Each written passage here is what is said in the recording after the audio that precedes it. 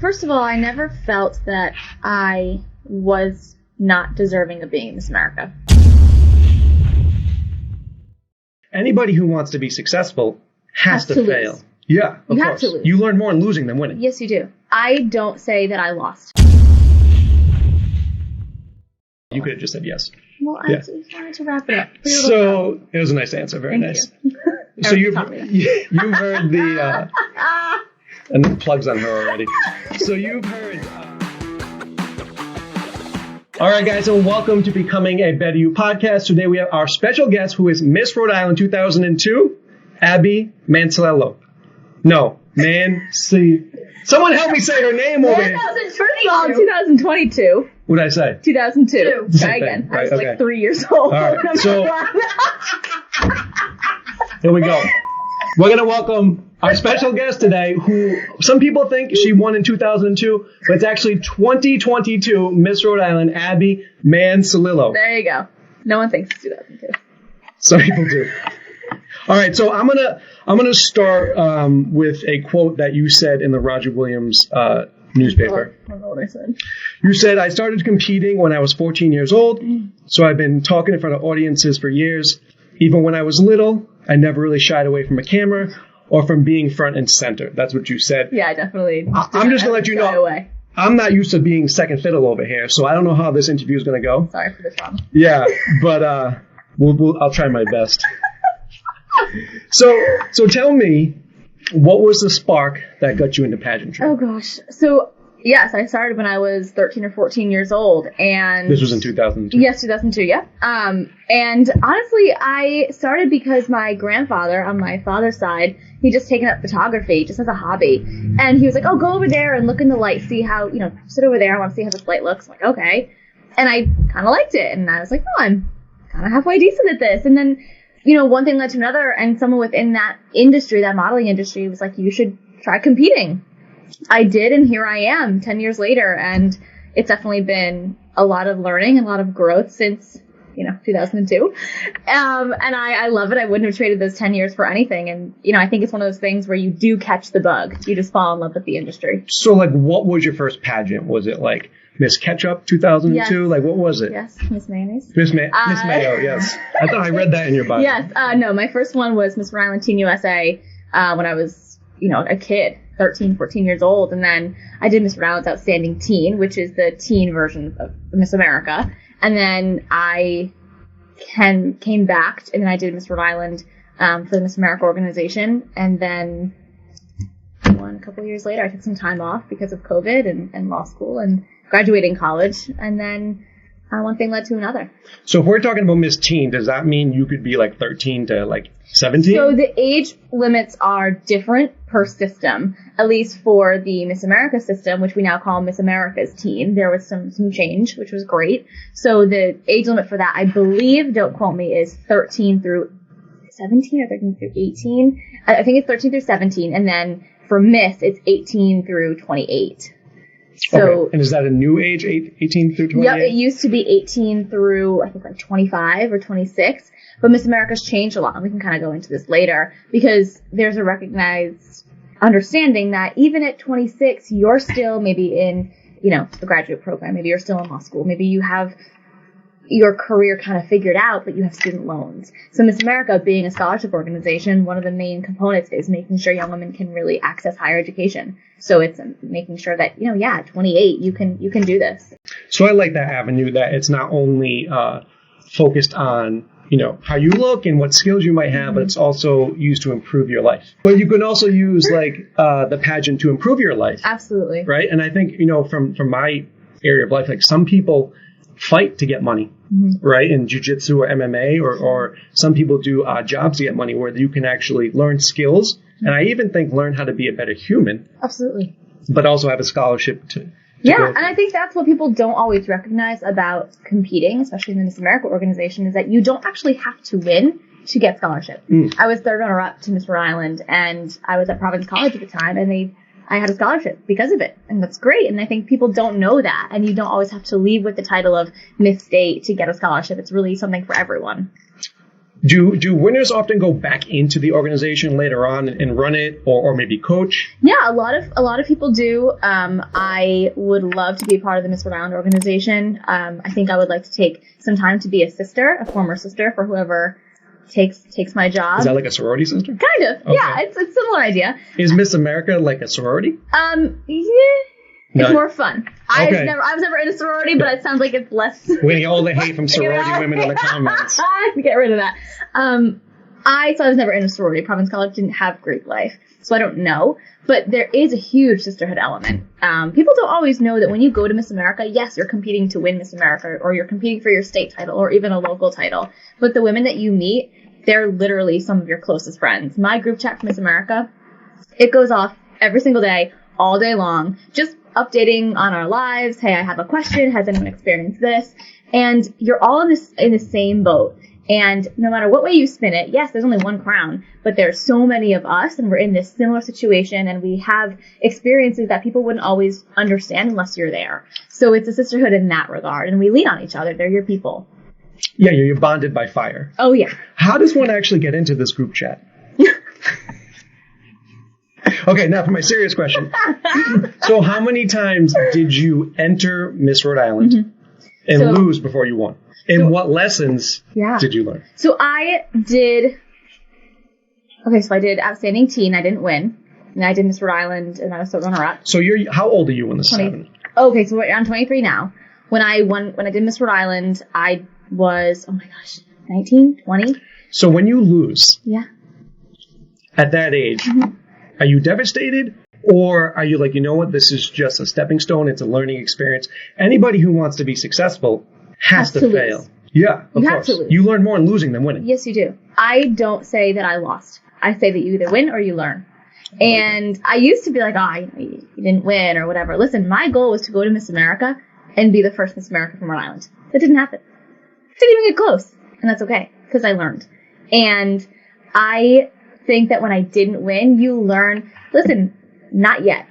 And I have had to really recognize that when we ask God for something, we get a yes, we get a not yet, or have something better. And every time I didn't win, every time I didn't leave with the title, I recognize, you know what, that means there's something else. That means there's something better. And so when I finally did win, it was like, I understand why it's now. And it wasn't 3 years ago. It wasn't 4 years ago. And like I said, I wouldn't have changed those 10 years for anything, because you learn tenacity. You learn how to say, you know what, it wasn't my time to win, but I'm here to support who did win. I'm here to be there for her, or I'm in school right now, or I need to worry about going to law school, or whatever else you kind of have going on at that time. So you're 23. Yeah. So that mindset, most people, it eludes them their whole life. Some people learn that when they're 30, 40, 50, That's 60. Not an easy thing to learn. So how did you learn that? Because I know you have coaching, like pageantry coaching. Yes. Like, did you learn from that, or is it your family? A little bit of everything. A fortune cookie, actually. Yep. A little birdie told me. I think it comes from a lot of different avenues. It does come from losing.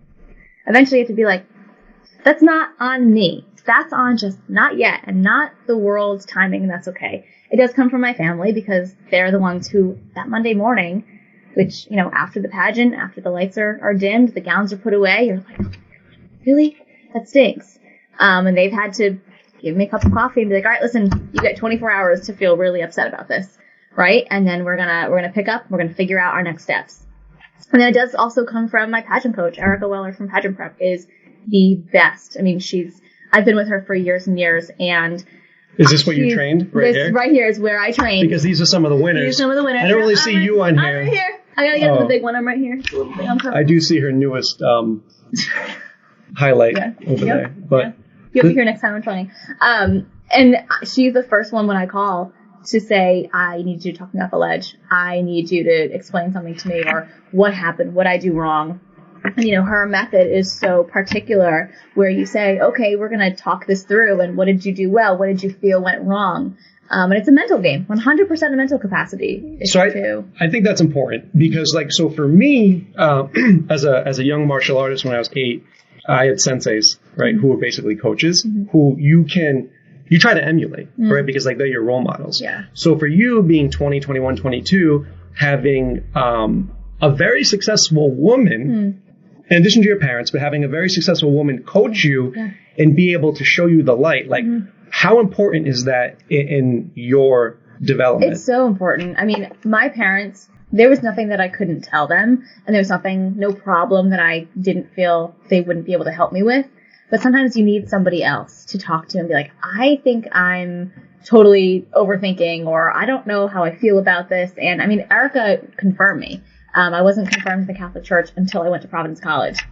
And when they said, okay, you need a sponsor, I'm like, Erica, because that's the first person I thought of. And so she really has taken on that role of like godmother too, where anything that I need, again, she's right there. And I think it's really important, especially as a young woman, to have another really independent, strong-willed, brilliant woman that I can just ask anything of and talk to, not only as a coach, as a godmother, but just as a friend, that I can just say, I want to ask your opinion on this. And that means the most to someone like me. And then as Miss Rhode Island, I try to do the same for my team. Her name is Jillian. She's the sweetest, young woman, and I'm so proud to see how she's grown over the past year and to be that person for her. Every single time she texts me, she's like, can I ask your opinion on something? I have a question. Can you help me? It almost makes me feel like I have done my due diligence and I've become that person for her. What is your passion in life? Oh, just one. Just one. Yeah, just one. Just one. It's not like a 3-hour interview. I know we don't have much time. I think that's a challenging question because the way I would answer it is, if I can help one person to see themselves as others see them, I think that's where I really will feel successful. It's so silly to say, if you met me when I was 14, I'd be like, oh no, I can't win, right? Yeah. I would never, I'm not going to be Miss Rhode Island. I'm not going to go to Miss America. That's so silly to say because you do want to be, I did want to be that person. I felt like I was my dad actually related me to a racehorse, like ready to go at the gate, waiting for someone to open those gates. And when that finally happened for me, I was just like, go, right? Just go for it and do what you want to do. I think at this point, not only as Miss Rhode Island, but most importantly, I think as Abby, I think my passion is just to show people that you can do anything you want to do. There's no limit. And at this point, your own success is only limited by yourself. And there's nothing that you can't achieve as long as you get past that mental component, that mental game. Does that make sense? That's like a lot all in one. Yeah, no, I'm a doctor. I understand. So you said a couple really good things. I think one of the things I want to go back to is you were like, hey, so like if God, in your case, you were saying God, if this doesn't happen this way, then he has something else planned for me. Yes. And I think that is huge because I believe that, our brains can't fathom the best possible outcome of something. Yeah. Right? So we can be like, cool, like I want this to happen. But in actuality, this can happen. Right. And if you have that, sorry, Janet. So if you have that mindset where like something can always get better. Right. I think God, the universe, whatever you want to call it, brings it to you. Yes. But you have to have that mindset. You do. Right? And listen, ask a 16-year-old to do that. That is really difficult. Like, that wasn't there when I was, 15, 16, 17 and not winning or whatever the situation was. There are times when you're like, I'm ready to give up. Throw in the towel, I'm done. Is that when you call Erica? I do. That's when I call Erica and I'm like, tell me not to give up. And she's like, don't you dare give up. Have a seat. We're going to do this. I'm like, okay. Yeah. You're right. and that's the power of a coach. Yes. So when we relate that to like weight loss for us, like people want to lose weight. They think they can do it alone. But inevitably, when they hit the first speed bump, they want to give up. And if they don't have a coach in their ear, they do give up. Yeah. Right? And so I believe that that's one of, and even for me, it took me a long time to learn that. That's one of the missing pieces of people's lives is having coaches in different areas that have already been where you want to go. Right. Because it's the result. It just speeds everything up. Oh, yeah, no, you can't do it. I couldn't have done this by myself. There's absolutely no way. And I hear so many pageant girls say, oh, it takes a village. It really does take so many people. It's, my parents, my younger brother, who, God help him, God love him. He has been to every coach. I remember he sat at that bench right over there when he was like 7, 8, 9 years old. And he would like try to get on the Wi-Fi while I'm trying to work with Erica. Yeah, Erica's cheap. She doesn't have Wi-Fi. Yeah. I'm not telling her you said that. So, it's people like that. It's people like Erica. It's every person who gets you here. This is not an alone. This is not something you can do by yourself. Absolutely not.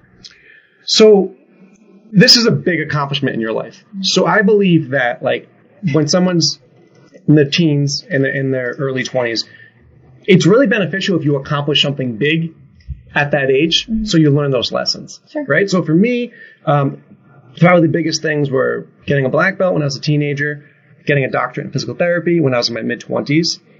But then, for me, especially because you have that growth mindset, and from talking to you, you do too, you don't want that to be your defining accomplishment throughout your life, right? Because if you live to 90, you'd be like, yeah, well, when I was 22, in 2002, I was Miss Rhode Island, right? And they Wikipedia you, and it's not, because it was Tabitha. But, so, like, how do you prepare? Sorry, Tabitha. But they're not laughing at you. So how do you prepare, like, going forward? Because for some people, like, Erica's off camera right now. Do some people just win Miss Rhode Island and they plateau out? Yep. And now they're 75 and they're in Cedar Crest? And that was it. They peaked at 21. Yeah. And I don't want that to happen to me. And I don't think you want that to happen to you. So how do you use this as like a stepping stone? Because forever you're going to be labeled as Miss Rhode Island 2022. But you want to do other things. You want to be defined by other things. So how do you... I think it's a matter of just using the tools that I have gained, not only by winning this round, but by competing. I don't know what things are going to look like when I give over this title. I do know I'm in law school. I'll, jump right back into that, or I'm still in it, and worry about whatever's coming next. I know there's a lot coming next. But someone actually asked me recently, they're like, what is life going to look like for you? And my answer was, I don't know. Because that's a really scary thought, which is, oh my gosh, that's happened in my head. I'm like, oh my gosh, what if I peak? What if this is it? What if I can't, do anything else? And then you put that away and you're like, no, that's not true. You're getting, you're nervous, you're anxious, whatever. But I think I'm grateful to have had this experience and knowing that this only propels you forward. If you want it to. If you want it to. And I do want it to. As I said, I'm in law school and I will, be studying for the MPRE in August and the bar after I graduate. And I have so many things I'm ready to do after this. And this is just a part of me that I'll always keep with me very, very close to my heart. But I know it's not the only. Someone actually said that to me, like after I won. They're like, listen, this is so exciting. This is not all that you have. That's a smart thing to say. And it was at that time where I was like, what are you talking about? Like, I'm in Rhode Island. I don't want to hear anything else. And they were like, no, you need to remember that. I'm like, okay, I will. And as I, get close to the end of my year, we crowned the new Miss Rhode Island, May 23rd, 2023, which is very, very emotional for me. As I get closer to that date, I'm reminded that this is not all that I have. There is more. Is it emotional because it's an end of your era? Yes. Or it brings you back to when you want it? A little bit of all of those things. I think it's just because I see 14-year-old me who was, sitting on the bench at Erica's studio and just like, okay, what do I do? Right? Tell me how to walk. Tell me how to answer the question. What do I do? How do I say my name correctly on stage so that way everybody can hear it, and doesn't get lost. So there's that. I also I'm giving up my title in the same place where I started. It's the Park Theater. That was the first pageant I ever competed in. So it's very full circle. It's also knowing it is the end of that era. I have done this for 10 years and knowing that I'm handing over this title and, for the foreseeable future, I'm all done. That's emotional. It's been a really fun year and knowing that I won't go out in a crown and banner and little girls won't come to me and be like, oh my God, are you a princess? That won't happen after May because I won't. We can buy you one. I know the company. Yeah, thank you. Yeah, I'll just like wear it around. So what are the lessons that you learn from pageantry that you're going to be taking into your law career? Yeah. You want to be the second female Attorney General of Rhode Island? Yes. Okay. Yes. Why stop there? Why not? I'm just busting. You can keep going. Who knows? Yeah. Maybe I will. Just see what happens. Just putting in your ear. Yeah, I don't mind that. I think I've learned a lot. I've mentioned tenacity. It's understanding that if something doesn't go your way, if you don't win, it doesn't mean that you did anything wrong necessarily. It just means that it wasn't your turn. And that's okay. That has transferred into my life in so many ways. Whether that was, I didn't get this internship that I applied for, or I didn't get this job, or, I didn't meet the right person at the right time. That's okay, right? These things, these stepping stones just mean that there is something better in store. And that's, again, a hard concept to wrap your head around. Even at 23, there are times I'm like, what do you mean I didn't get the internship? I didn't get the interview or whatever the situation may be. And then you're like, oh, that's okay. That just means there's something else. So there's that. And even from Erica, I've learned, how to have an interview, how to answer these questions and put together your thoughts in an articulate manner, and get everything out that you want to say. I've learned how to think on my feet, which has helped and served in so many different ways. Like this podcast. Yes. Listen, I never know what you're going to come out with. I don't know what's on that paper. And I also have really been able to meet so many people. Like I said, competing has allowed me to form relationships with other women that I never would have imagined seeing coming. Actually, in one of the girls that I met through competing, I'm in her wedding next year. And everyone's like, well, what do you mean? Like, you're not really that close. Like, yes, no, we really are. We know a lot about each other, and we've seen each other at the best and the worst. So you're 23. Yes. So I was telling Erica, because we've only had a few communications through text, I was like, the thing that struck me the most about you, I was like, she's really mature. Like, I'm used to talking to people, even when I was younger, like much older than me, but like in my 30s, 40s, and I was like, she is like, you don't see women like at your age act like you do. And I mean that as like the utmost respect. Is it difficult interacting with people your own age? Because you're almost like a throwback to like how women were in like I want to say the dynasty or like the 50s or 60s. Like, yeah, like really I feel, well, you were Miss America in 2002. Yes, it is. But I feel like you possess those characteristics that I don't see anymore in women your age. Is it hard to interact with people your own age on that level? Because maybe you're always around people who are older. Sometimes. I think it's also a matter of finding people who are not going to judge me because of who I am and because of how I act, and that knowing that, no, I really can't go out all the time. I have an appearance, or I have work to do. I have something to do this upcoming weekend, so I kind of have to decide where my priorities are. And yes, there are times where I'm like, gosh, I wish I could just seem like a normal 23-year-old and go out. But then it's like, that's not really who I am, and that's okay. And that's what I'm saying. That's fine. Yeah. And that's really okay. Like I said, it's just a matter of finding people around me who that doesn't bother them. Definitely. Yeah. And I think my parents too. They're like, listen, that's who you are, and that's fine. I was always very comfortable around adults. I think because I was around adults from such a young age. I come from a very old school Italian, very, very close-knit family, and I was around adults from the time I was, a child. My brother is 7 years younger than me, and I think having that responsibility of knowing that there's always somebody watching, that helped a lot too, and that also made me who I am. So the short answer is yes, it is a challenge sometimes, but again, it's just a matter of finding your people. Yeah, you could have just said yes. Well, I wanted to wrap it up. So it was a nice answer, very nice. So you've heard the and the plugs on her already. So you've heard "It's Lonely at the Top," right? I recently heard a quote that said, "People who are really successful don't have friends; they have allies." So, and even I don't have any friends. No. I looked on your Facebook. You had 3 friends on there, so that's how I knew. But like, as someone becomes more successful, and I kind of see this too, as someone becomes more successful, your friends change, right? Now I've been lucky. I've been blessed. Mm-hmm. Most of my friends are from elementary school, middle school, and high school. Like, we have a group chat as well. Yeah. But is that the Mr. America group chat, right? Yeah, it's the bro chat, actually. Oh, that's cute. Yeah, okay. Thanks. But that's what happened. So did you find that, like, when you won, people were jealous, you lost friends? Because hate only comes from below, right? Right. I did not experience a lot of that, and at least, let me rephrase, I didn't experience any that I could see. And I think that's what's important, is that my friends have been very supportive. I mean, my friends went to Miss America. Yeah. I had like 40 people because they were just like, we don't care if she wins or not. We're just happy to see her. Like, this is really cool. And that's a really special part of my life that I'm very grateful for them. Some of them are ones that I met in law school. Some of them are friends that I've had from Providence College. And, some of them are from when we were very, very young. One of my best friends is from 4th grade.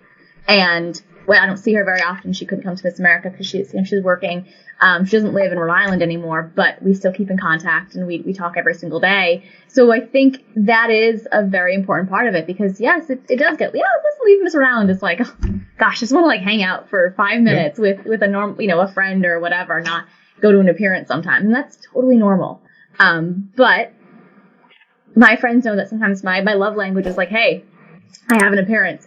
Do you want to come with me? Right, I have an extra ticket to whatever, or I'm done at this time. Let's do a fire pit in the backyard and make coffee at 10 o'clock at night. Or hey, do you want to come and hang out and do work with me? Like that's really sometimes what we have to do. And also knowing that being in law school, it's a very different ballgame. You're not an undergrad anymore, so sometimes you're not going out, late at night, or you're not going to, clubs or whatever. Also, are there any clubs here? Like I don't think there are clubs in Rhode Island, to be honest. I mean, I'm usually in bed by 9.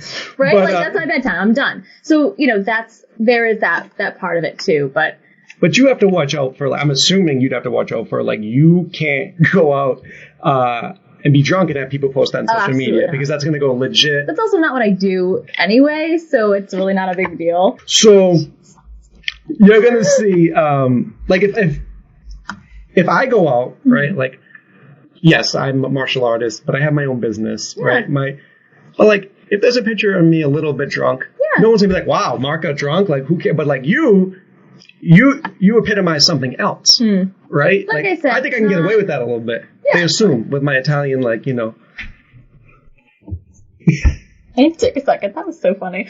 Like I said, it's not something that I really have to worry about because again, you don't put yourself in those situations. I don't, and that's fine. And I'll go out to dinner with my friends and we'll, do other fun things that don't really involve that. And that's fine. That's totally fine.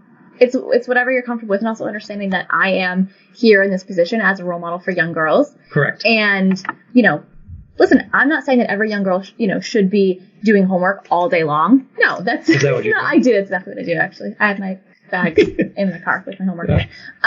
But depending on your life's path, that's what you're going to end up doing, and that's okay. That's what I'm doing right now. Yeah, and I think if you have goals like you have to sacrifice things at the lower level. Even when I went through undergrad, I was teaching at my studio. Yeah. Right? And I'd go home and I'd teach and then I'd come back and party at URIs because I did party. But those are things I had to do. Yeah. Right? Listen, I'm going to go to the Providence College basketball games. You're going to catch me on the dance camp every single time. All right, I bet. By the way. And that's fine. Not saying you don't get to do fun things. You do get to live. And that's the great thing about being Miss Rhode Island is that I really get to, it's what you make of it. If I want to go to an appearance every single day, I can go to an appearance every single day. How does that get booked? Does somebody keep asking you to There is the will you board. show up at shores or something? I could. Yeah. I could do that. No, the board, they do a great job of really making sure that there are events happening in the state, especially ones that connect to my social impact. So that's really, really great because I don't feel like it's totally on me. With that same token, if there's something that I do want to do, I can say, hey, listen, here's the contact that I know of. Here's the event. Let's make this happen. They handle it? Okay, and I'm sure no one's going to turn you down. Right? They're like, I actually don't want her here today. I actually don't want Miss Rhode Island. I don't. So what's that happened. So what's the motto of Miss Rhode Island? So Miss Rhode Island doesn't have a motto, but Miss America does. It's preparing the world for great women and preparing great women for the world. That's close. We say it again. Preparing the world for great women. Yep. Preparing great women for the world. It's very twofold in that our job as title holders and Miss America's job is to do just that. We have these best of the best young women who are competing for their state titles, and then when they go off to Miss America, there are so many doors that are open to them. And the same thing is that our job now is to make sure the world is very ready for women like us, for leaders, for those of us who are so ready to go and who are also like horses at the gate, ready to make some change in any way they feel necessary. Are we ready for that? So you went from Miss Rhode Island, and then now we're competing in Miss America. At Miss America. Yes. And now there's instantly 49 or 50 other women. Do we include Puerto Rico? No. Forget Puerto Rico. Okay, so we have 49 other women and you. Mm-hmm. How was that experience, right? Yeah. Because we just come off this high. What's the time frame between when you win Miss Rhode Island? So it depends on the year, but when I won, it was May 1st, and then I went to Miss America the Miss America week started like December 8th. Okay, so we had a couple of months. Okay. Yes. So. And I don't know about next year's Miss America, but Miss Rhode Island is the end of May. So I don't know if it's the same. I don't know. It's a good question. So do you win and start hunkering down right away? Pretty much. Right. And immediately the work starts. Yeah. I literally was like good to go next morning. And that's a trait of a successful woman. Thank you. So I can liken it to this. So you win Miss Rhode Island, and now you're with the cream of the crop, right? There's 49 other women because nobody cares about Puerto Rico. So now, how do you process that, like seeing all these other women? Because you're in like a sisterhood, a sorority, but they're also your competition. Yeah. The way I can liken it to my experience is when I got good grades. I went to URI PT school. They only accepted 25 people out of hundreds of applicants. So I get in and I'm like, all right, cool. Like, I'll just kind of study how I normally studied. Yeah. And like I instantly bombed the first 2 exams, which I've never really bombed exams before. And it was like a moment in my life where I was like, I'm insecure right now in my academic like situation. Sure. And I'm with kids who are smarter than me. And it took me a second to be like, I remember looking in I got my exam back and I walked to the side bathroom. And I'm looking in the mirror, and I'm like, this is like 3 weeks into PT school. I'm like, I'm going to have to tell my parents I just flunked out of PT school. And I was like devastated. Because I was now in this other realm. It's like kind of going from like AA baseball to AAA to the pros. And it wasn't until my girlfriend at the time was like, Marc, like some people just have to work harder. Yeah. And I was like, yeah, that's it. And from that statement, like I was good. Like but I had to work harder than the people. You're Miss Rhode Island. Now you have all these other beautiful women. Like, is that a mental shock to you, or were you able to handle that, or did Erica prepare you for that? So, first of all, I never felt that I was not deserving of being Miss America. I was there and I said, listen, it's totally normal to get there and be like, oh my gosh, this is a lot. And that happens. You're like, wait a minute, this is a lot to process. But I also have to remember that I won Miss Rhode Island for a reason. And that reason was for me to beat a Miss America. Maybe it was to win Miss America, maybe it wasn't to win the whole competition. But at the end of the day, there was a reason that I was there. So there's that part of it. And so I did have to keep that in mind. It wasn't Was really... that something that you had to keep telling yourself? Yeah, Yeah, actually. I believe. But not because of any feeling of inadequacy, not because I felt like I didn't belong there, but because it was just, long days, and you're like, listen, you go and you enjoy this because you worked so hard for this. You deserve to be here. And that's just like a manifestation to tell yourself, oh my God. Yeah, no one cares about Desiree. Sorry. Yeah. That's something to tell yourself every single day and say, listen, like, you earned this, you worked to be here, so go and take every opportunity that's given to you. I think that's kind of been what I have been doing as Miss Rhode Island. Any appearance, yep, do it. Why not? Take it. So there's that. Yes, Erica helped me 110% with the mental capacity and how are you going to compete at your best. It is so easy to put a gown on and practice a talent, find a social impact initiative that means a lot to you. But it's a whole other ball game to realize that it's a mental game, and it's how are you going to put your best foot forward and compete at your best and not worry about anybody else, not worry about the other girls from other states and how they compete, because that's a hurdle. And yes, we are all competing for one crown. That's true. But at the same time, like I said before, we are doing this together. We're all kind of tired at the end of the day. You're up at, 5 o'clock in the morning, full hair and makeup, ready to go to rehearsal, to the media event, to whatever else is on our schedule. And then you do it all again the next morning after sleeping literally like 4 hours. So we all bond in that way. Are people stealing like other people's mascara and like Nope. baby powdering on the thing? No, there's no sabotage? None of that. Absolutely not. I mean, everything. I we think have they get to better label. ratings if they did that, behind the That's scenes. definitely not what happens, Okay. actually. Just wanted to check. It's definitely not talis and tiaras at all. Everything is labeled. However, just because you don't want to lose stuff. Because, by the way, every one of us has the same AirPod case. We all have the same heels. We all have the same, whatever. The only thing that's totally different is our sash. It says our state. So I come home and, like, my charger has my name on it. Everyone has, like, Abby Mansolillo, Rhode Island. Did you Very funny. live with somebody else?Id you have like a roommate? Did. Yep, I live with Miss South Carolina, Jill. We had the best time. We bonded over our love of Pitbull. And so we had like a speaker. The rapper, playing. not the Yes. dog? No, Yeah, okay. no. We actually had like a speaker blaring at like 6 a.m. And one of the girls in the group was like, I'm loving the music. We're like, listen, come on down. Like, we're all getting ready to go. It was fun. And that's the funny thing too, because everyone's like, oh gosh, what's it like living literally with a roommate for a week? It's not like a roommate in college. It's a very different, environment. But it's great because at the end of the day, you can look at each other and be like, oh my gosh, I'm so tired. Like, what was today? That was nuts. Or like, are you excited? Are you nervous? And that's a special bond too. So your social initiative was listen to your gut, trust your instincts, something around there, right? Close. What exactly was it? So every candidate has a social impact initiative, and that's a message that they're going to spread during their year of service should they win their state title. And mine is called Trust Your Gut, Be Your Own Health Advocate. So yes, we were close. So tell me why you chose that. So I picked that social impact because my mom had a cancerous tumor removed in 2019, and we didn't really know what it was. No one actually knew what it was, but her doctors were like, all we know is that has to come out. And we thought it was a cyst. We thought it was so many different things. And then they took it out and they're like, well, it was a 1-pound tumor. And my mom was literally as big as me, so we could see it. And it did end up to be cancerous.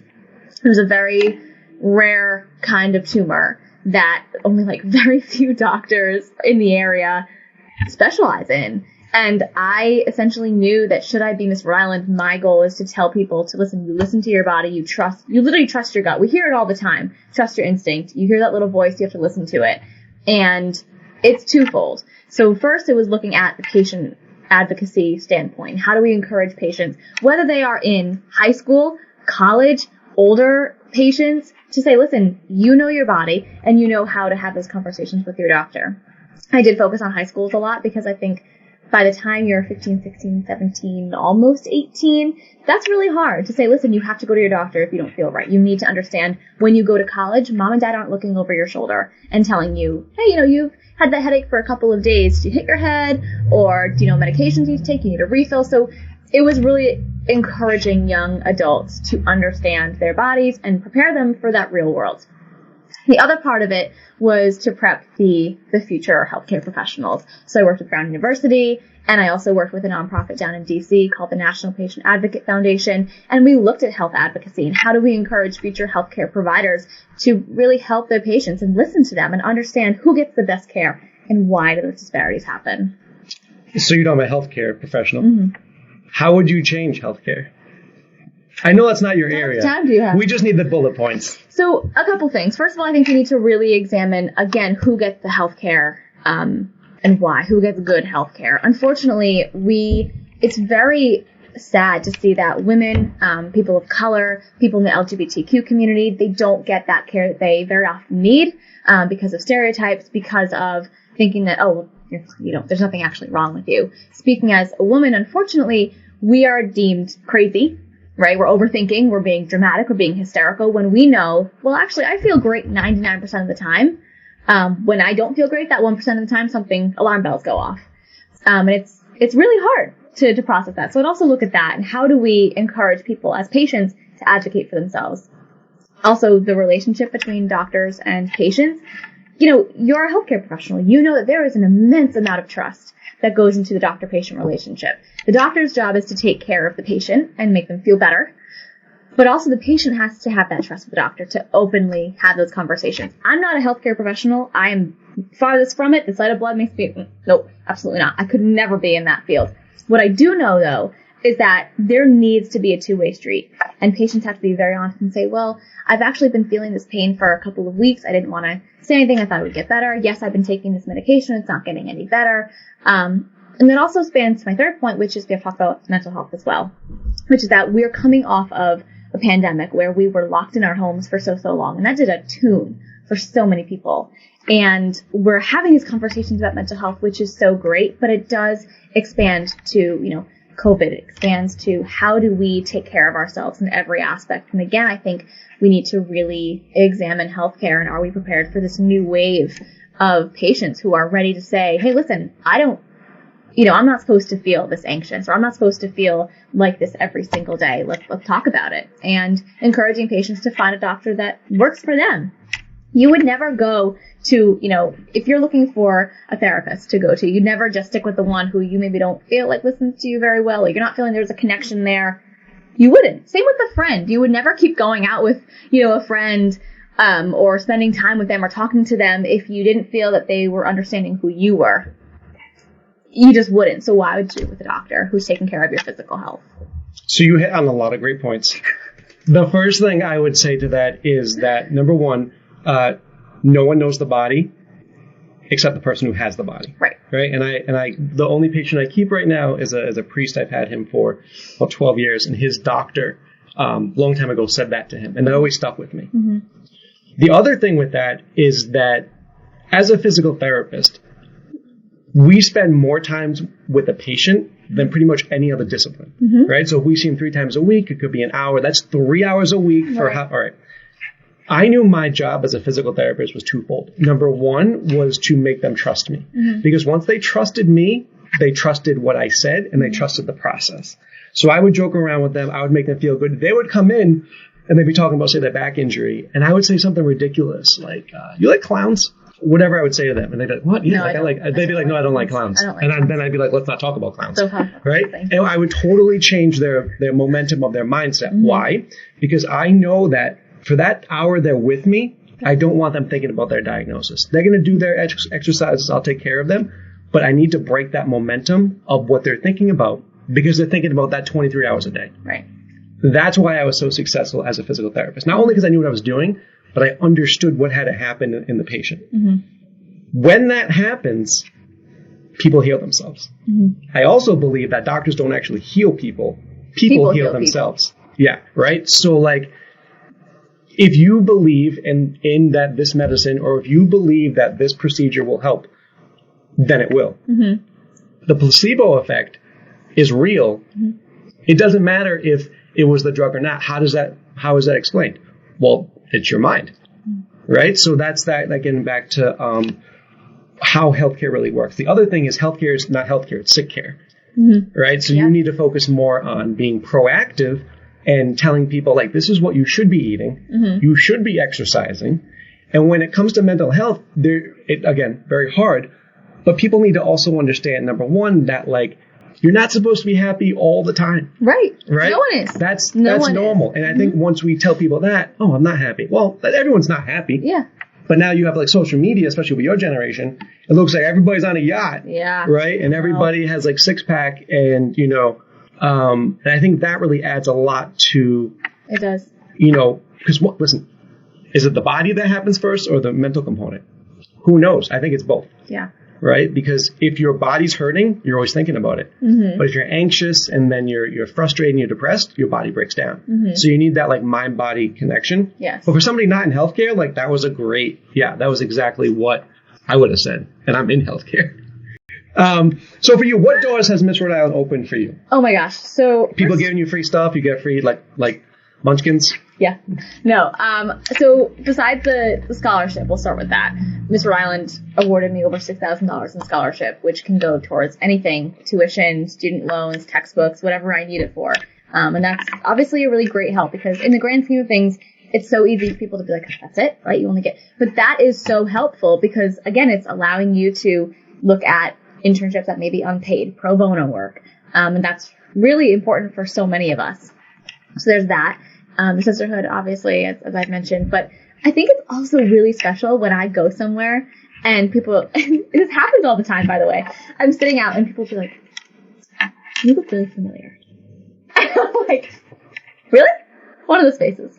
Because I don't want to say, like, oh, it's because I'm Miss Rhode Island. Like, are you wearing the sash? No. Oh, okay. No. So, and it's so, they're like, it'll come to me and they'll be like, oh, wait a minute. And just hearing someone be like, oh, I listened to you, when you were on this interview or that interview, that's so cool for me.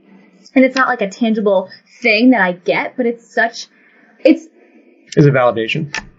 Yes, but it's also knowing that I have done something that touched somebody else. After I won and I was doing work with my social impact initiative, people would come up to me and they'd be like, okay, this didn't happen to me, but it happened to my family member. This happened to somebody that I know. They thought that something was wrong, and the doctors agreed, and that's, thank goodness that they talked to the doctor. Thank goodness they were honest.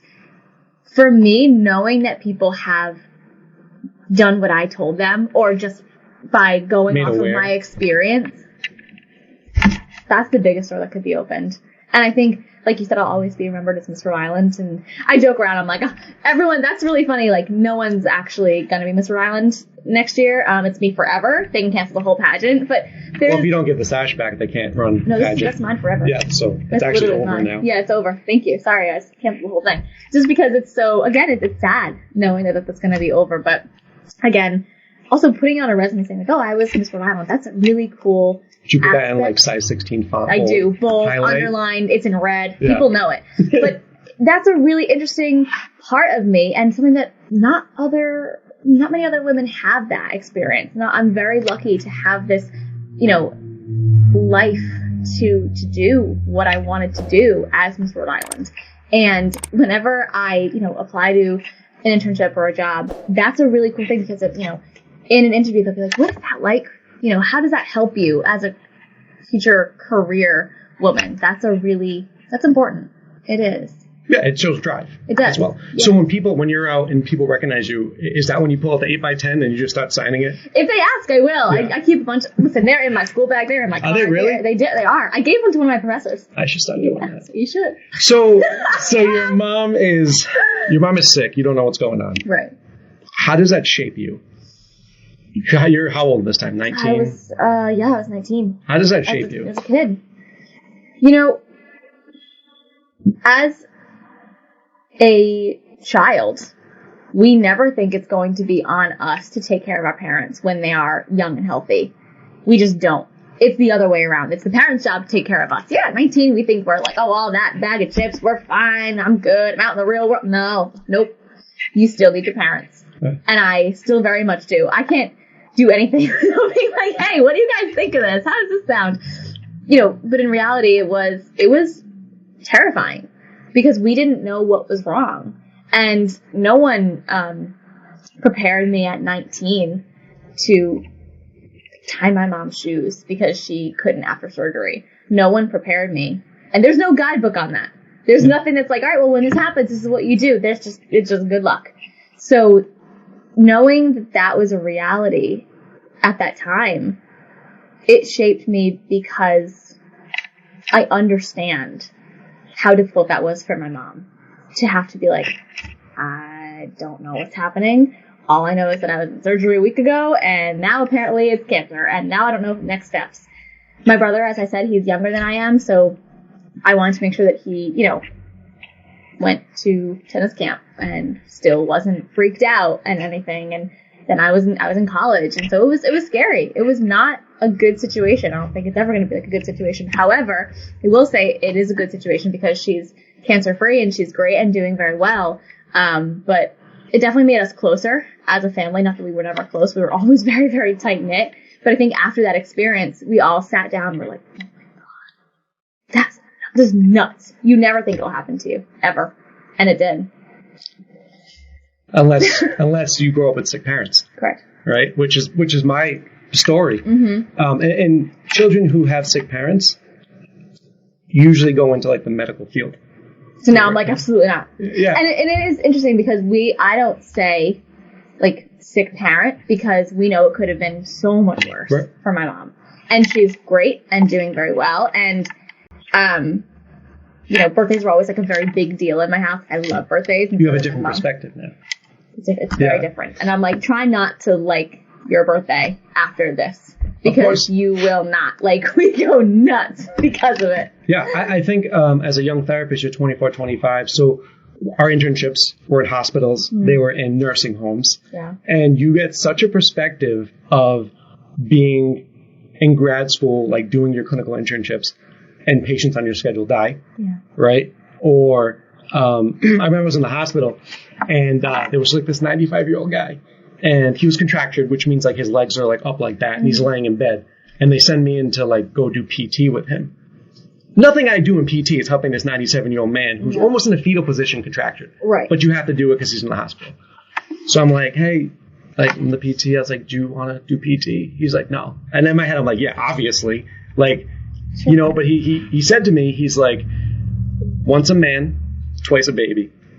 Meaning, your baby, you're at both ends. And I think that really gives, people who have unfortunately been around somebody who's been sick, it gives you that perspective. Or if you're in healthcare, you see how fragile like health is and life is, and that it's not infinite. And we don't always remember, or myself, but like, you have to make the most out of every moment because it can be gone. Yes. It made, I think, for me at least, it made me be a little bit gentler. And it made me realize that, this is it. You get one shot. Mm-hmm. And I think that experience was also what pushed me to do this. And, when we were talking about competing in Miss Rhode Island, I needed a social impact, and I wanted it to be something that meant a lot. And I was like, all right.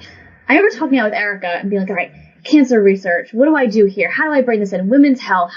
I'm not in healthcare. I would never want to step on anyone's toes in healthcare because they are literally the reason why my mom's alive, right? Yeah. Yes, from her own, her own mental strength, but also because of the doctors that helped her, thank God. And I remember going to mom and I was like, how do you feel about this? What if we kind of made this about why it's important to advocate for yourself? Because I would never want anyone to think that we're just like taking your story and running with it. And she was like, listen, you need to do this because it's important for other people to hear our story and that they are also very likely to have that run in as well.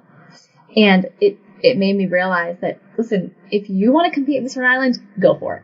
If you're going to go to law school, do it. And just don't think twice. Have you seen Legally Blonde? I won't admit that on camera. That's Alicia Silverstone, right? Yes. No. I like her. No. Reese Witherspoon. Alicia was, all the blondes look alike to me. That was Clueless. Take a laugh for that one. Take a laugh. So in Legally Blonde, one of her oppressors was like, it's like she woke up one day and said, I think I'll go to law school today. And I was supposed to be a journalist, by the way. I was supposed to go into, being a news anchor. Like maybe you work at like the Road Show? Yes. Yeah. I worked at NBC 10 for a while when I was in college, then COVID sent us home. And then something kind of switched, and I was like, this is not what I'm supposed to be doing. I don't know why, but I guess. What age did you make that decision to switch? I was 20 because COVID had not happened yet. Okay. Did Erica being a lawyer influence your decision? Probably, but don't forget that I come from a family of 17 lawyers. That also probably had 17, an impact. 14? A lot. There's a lot of them. But here's why I say this, though. Because your family were lawyers when you were 1 to 19. Right. My mom went to law school. But now you have somebody who's your role model, who's showing you the way of life. Yeah. And that influence carries over. It probably did. Yes. But so I thought I was going to go to law school. You think you'd want to be a judge? No. Okay. I didn't know what judges do. They just wear robes. They just wear the fun robes and the wigs, right? No, that's Parliament. I'm in healthcare. I don't even know the difference. Yeah. Oh my God. So I had always wanted to be a lawyer. I think there was a very small part of me that always knew I'd go. But then I think being a stubborn teenager, I convinced myself that it would be too difficult, that I wasn't cut out for it. I don't know why. I just did. And then for a long time, I believed that part of me that was like, no, you can't do it. And then COVID hit. And then we were thrown into just pandemonium. We had no clue what was going on. Sorry. Keep hitting. That's Desiree. Sorry. Yeah. And I was trying to figure out next steps. I was graduating college in a year, and I was trying to understand what to do afterwards. And I remember I was on a walk with my mom, and I was like, I think I want to take the LSAT. And she was like, of course you want to take the LSAT. I knew it was going to happen. I signed up the day after Christmas of 2020. I took it in February 2021, so I had like a month and a half to prepare. I got my grades back. I sent them to the schools. I knew where I was going in the middle of May. So I literally was just like, I just decided to turn off that little part of me that was like, no, you can't. And I was like, yes, I am, and I'm going to do it. And I did it. And you're an action taker, though. A little bit. Right? Because what was the question? I forget the question and how we got here. Don't worry about it. It's going on. I don't legally. So you wanted to be a lawyer because your coach, your pageant coach. She definitely had an impact. Yeah. Yes. It was her, and then my mom went to law school. My grandfather was an attorney. He's the only one that I really remember, because of my age, and I just looked up to them in so many different ways, and I was looking at jobs after Providence College. It's like, I don't want to work. I want to, What was your undergrad? Providence College? No, like a degree. English and Women's Studies. Okay. So it was a dual degree, and I loved it. It was great. I always loved reading and writing. It's a good thing because I do a lot of it now. And I literally just was like, this is what I'm going to do, and no one's going to tell me otherwise. So, and I said, like, you have to be an action taker, because people can have all these grandiose ideas, but if you don't take action, nothing comes of it, right? We live in like a physical reality, and the way we do things is by action. You can't just, like, you can think about it, and I do believe, like, it can manifest, but it really helps if you take action towards the goal. It helps if you actually put your feet on the ground and go, yep. And you made up a good a point about intuition. So, like, when we teach intuition as far as, like, self-defense goes, it's really about listening to that intuition, trusting it as being true, and then acting upon it. Yeah. Because if you just listen, in your case, your mom's case, being like, I think there's something wrong, but you don't say anything, then nothing gets done, right? So it's really about whether it's being safe or whether you feel like you're not getting the right treatment. It's really about, yes, being the advocate, listening to that intuition, but then saying something about it. Right. Right? And if you're wrong, you're wrong. You're wrong, you're wrong. And listen, there are plenty of times when it's just nothing actually is wrong. That's very possible. But you have to just go see what's going on. Yeah. What are you most afraid of? Lobsters. Seriously? Seriously. Right hand to God, I'm terrified of lobsters. You know they're in the ocean. Yes, I do. Okay. I'm very aware. Do you not go in the ocetion? I do. I just not like past my past my knee. That's it. I'm done. No. So they can bite your shin, but that's it. Okay. Really? Do you eat them? It's literally because if you ate them, there'd be less of them. Yeah, I know that, but right. Like, it freaks me out. So this is funny. So I went to dinner. I was like 6, by the way, with my grandparents, my mom, my dad, and grandmother orders a lobster that's like this big, and she thought it'd be funny if she like put it in my face. And she was just joking, and she's like, look at it, she's like making it talk. I was so afraid I hid underneath the table, and I didn't come out for like 20 minutes. And I was 6 years old, and as a whole 23-year-old, I am still afraid of them. So, like, I'll go to the market, by the way, and they're, like, in the glass. I'm like, I need to leave. I need to walk away. You never taunted them as, like, a kid? No. Oh, okay. Maybe that's a boy thing, then. My brother probably did. I did not. So, what would you say is, like, the worst part about being Miss Rhode Island? Now, listen, you can be honest with me here, because, like, we're already Miss Rhode Island, right? So, like, what's the worst part? I really do think it's knowing that this is like only a year. Okay. That you only get this for such a short amount of time. And that's the reasons for that, because if it was any longer, and when we had the COVID-19 pandemic, the Miss Rhode Island at that time, her name was Molly, she had to just kind of figure it out. And she was doing online appearances for so long because you couldn't do anything, but you're still Miss Rhode Island, so you may as well make the most of it. But we have that for a reason. We have a year for a reason, because you can do anything for a year. But it's also, you can't have it for much longer because it won't mean anything at that point. And it's like, oh yeah, I'm Miss Rhode Island. And I think it's just that right amount of time where it still means something. Every time you put the sash on, every time you put the crown on. We joke and like, oh, I gotta go pin my crown in. But it means something. Do you get that exhilaration every time you wear it? Literally every time. I wear it around the house. That's my next question. I look at myself in the mirror and I'll just be like. Your brother's probably like. Oh, he's like, oh my God. Going again. Whenever we go out anywhere and someone's like, oh, you're Miss Rhode Island, he's like, here we go. He is a great sport. They're beeping for you because they know you're Miss Rhode Island. It's in the elbow. Yep.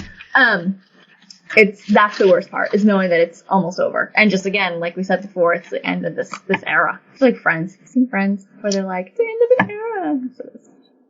So have you thought about how, because it's different for women than men, how we're going to balance, family life, work life, right? As you get older, a lot of women will kind of, put the family on the back burner and really focus on their career.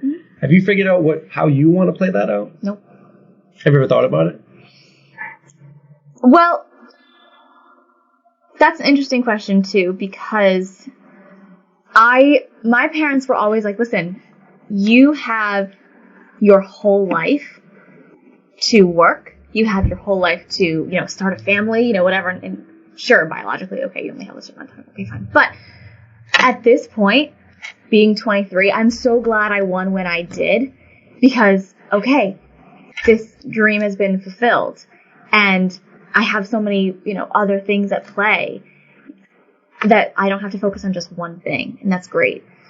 in terms of figuring out like family at this time, it's actually interesting to ask because I was actually on the road show and we were talking about how men in their late 20s are single, whereas a lot of women are not in their late 20s. And why is that? And I still think my answer is what was true. Your answer? I said, I don't think men and women are all that different in that we are really just trying to focus on our careers at this point.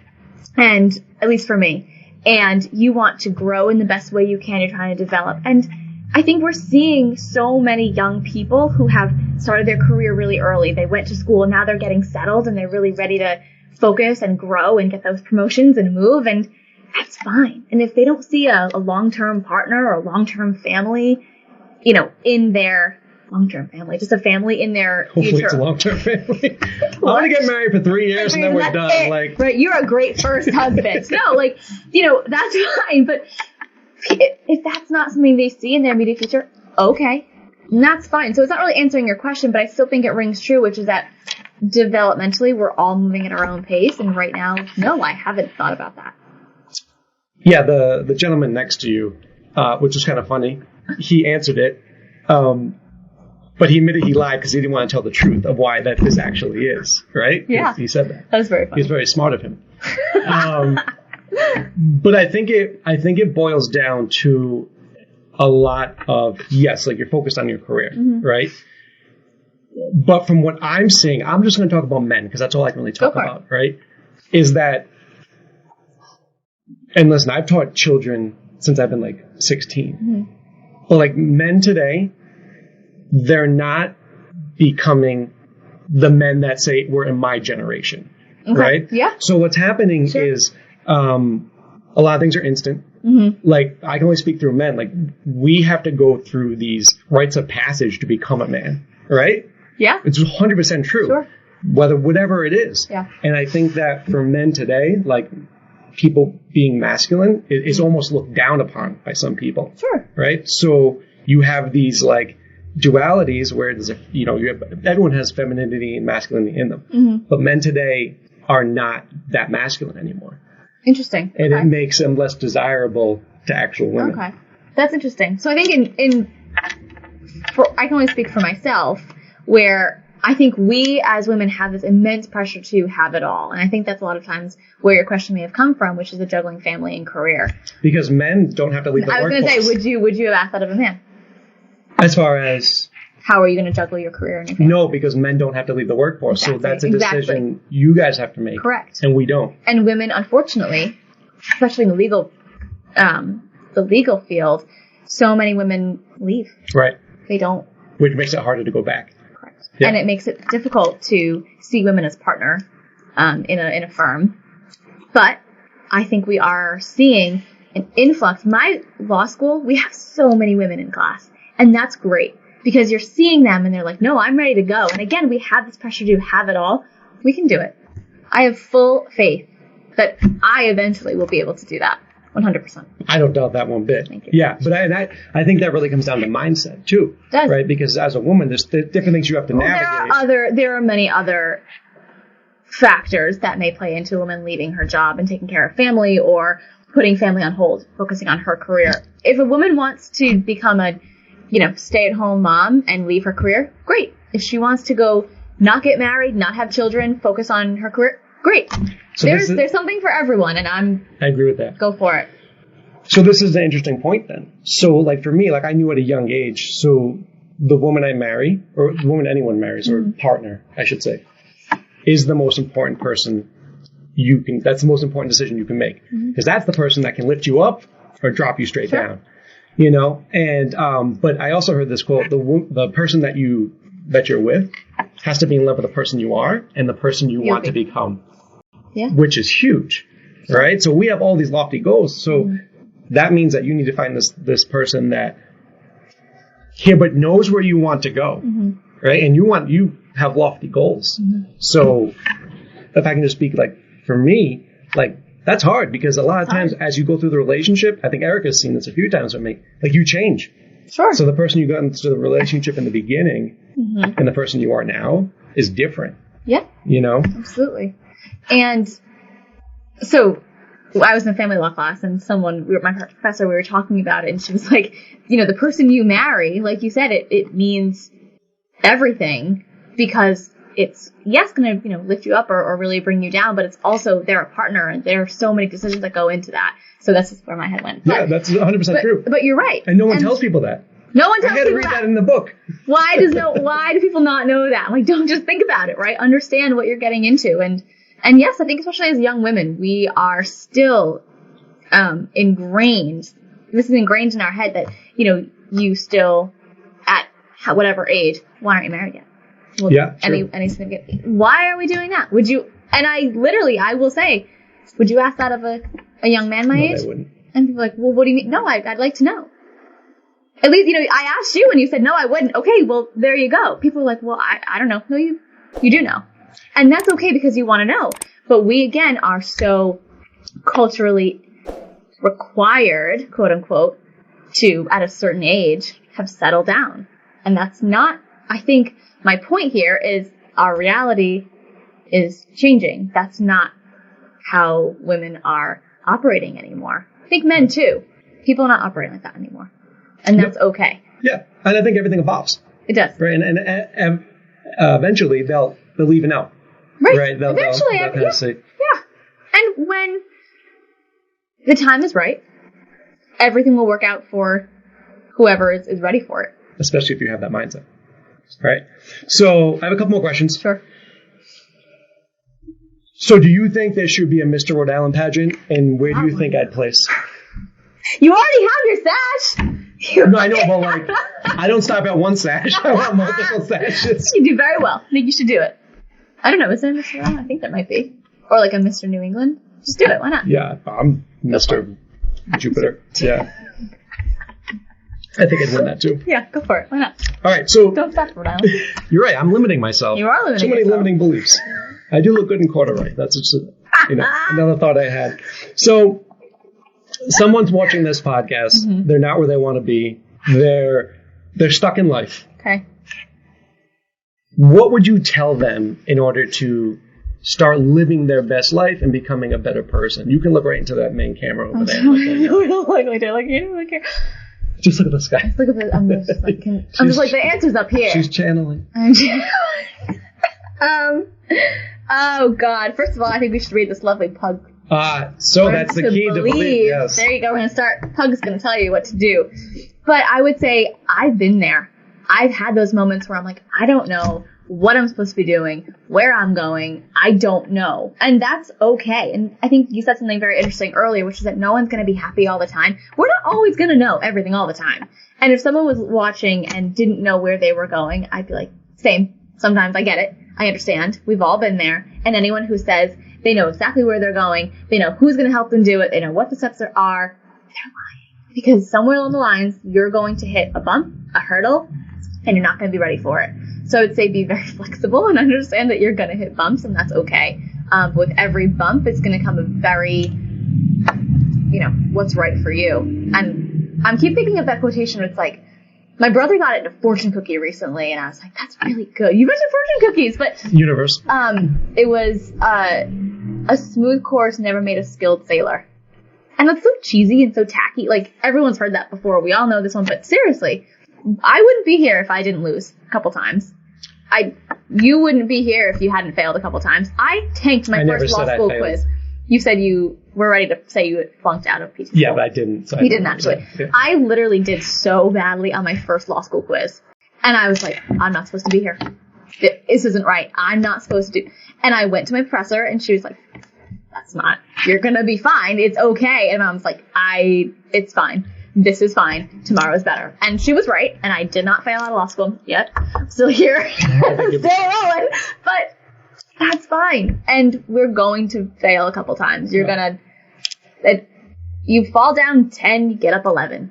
Okay. So, and I think that brings up when I was preparing for the podcast, and listen, I believe anytime you have contrast, if you can learn from it, you just take the bounce and go to a higher level. Mm-hmm. I was preparing for this podcast, and I was like, if I hadn't failed those first two exams, I might have actually failed out of PT school later, because I would have continued studying like I did in undergrad. You need to adjust and learn. If I won right out of the gate, I wouldn't know.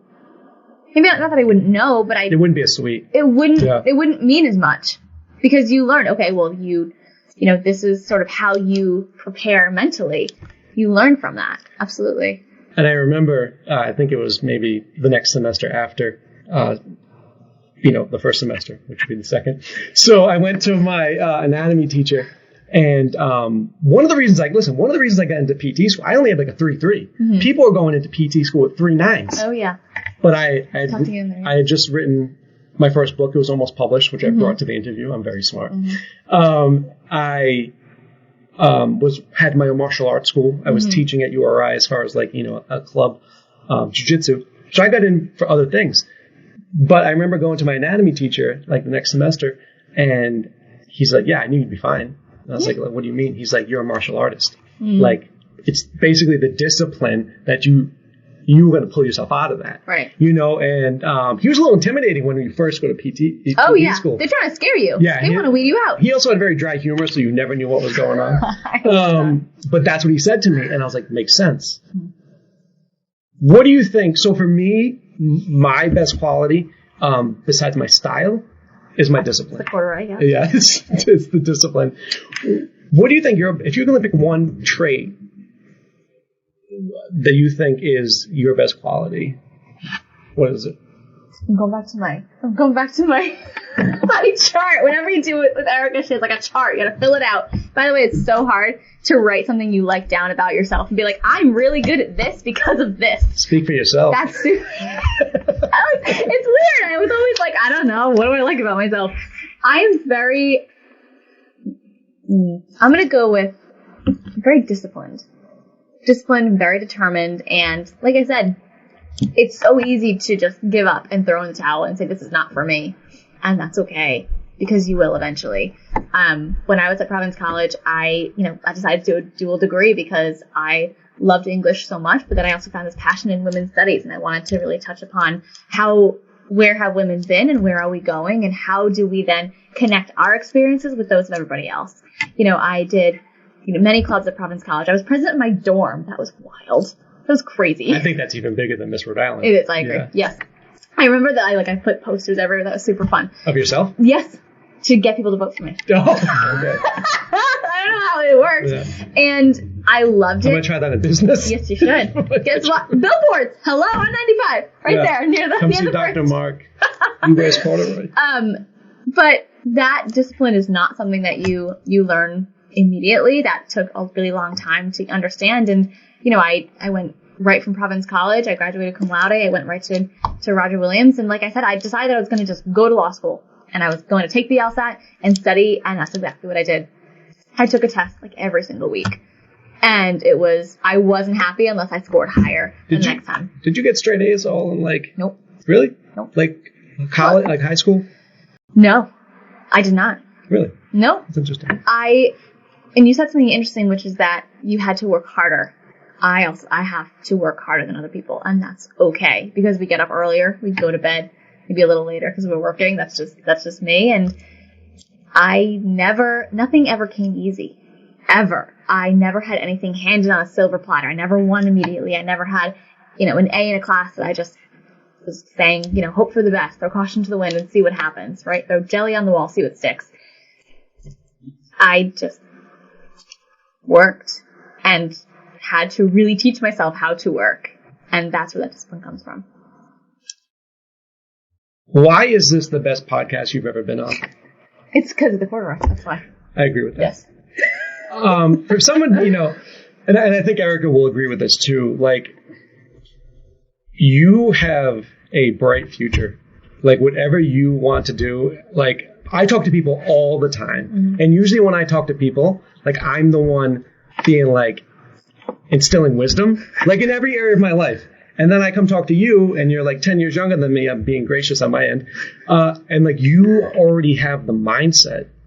You're already cable ready. You're ready for your mid-20s, your 30s, stuff like that. And I don't know if you know how ahead of the game you actually are. In the whole podcast, I'm trying to figure out, is it the coaching? Is it your parents? Is it you born like that? But it's very... Erica, what are you doing? Yeah, but it's very rarely where I'm like blown away by somebody who like already understands. And you understand without knowing you understand, which is kind of funny to me. Would you agree with that, Erica? Yeah. It's like she doesn't know. And if I was like you at 22, I mean, I was chasing the honeys, but if I was like you at 22, I guess, I mean, I would be threefold where I am right now. So I think it's really important that you understand that you're a complete package. Thank you. Yeah, I'm very impressed. And this is the best podcast you will ever be on. Oh, yes, absolutely. Hello, my name is Dr. Marc Bochner. Don't forget to check out my new book, Pug Learns to Believe.